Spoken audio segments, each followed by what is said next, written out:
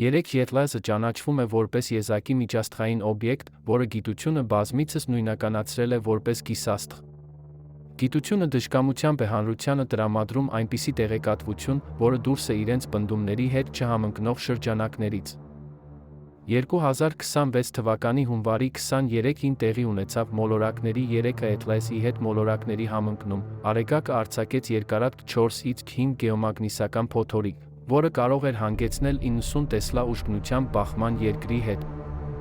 Երկրի մագնիսական դաշտը դրական էր կանխեց 1989 թվականի իրադարձությունից ավելի մեծ գեոմագնիսական փոթորկի գրանցումը, կանխելով արբանյակների մակերութային տեխնոլոգիաների վրա ավերիչ հետանքները։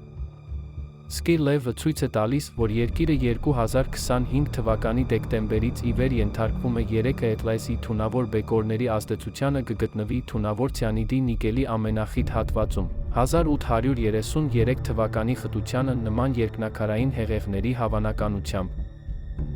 Պետք է սպասել, որ ամերիկյան մայրցամաքը 2026 թվականի մարտին կենթարկվի թունավոր պլազմայով լիցքավորված նիկելային երկնաքարերի ազդեցությանը, հնարավոր է, որ բախումները տեղի ունենան ափից մինչ մայրցամաքի կենտրոնը, ինչպես նա արևմտյան ափից մոտ գտնվող կղզիներում։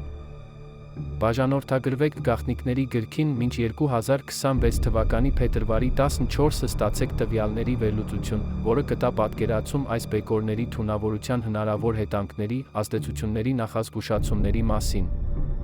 Կյանքի գրքի նախադրություն ճակատագիր 3, Կայենի նշանը նկարագրվում է գրավոր խոսքում նույնականացնում է Կայենի զավակներին ներկայում։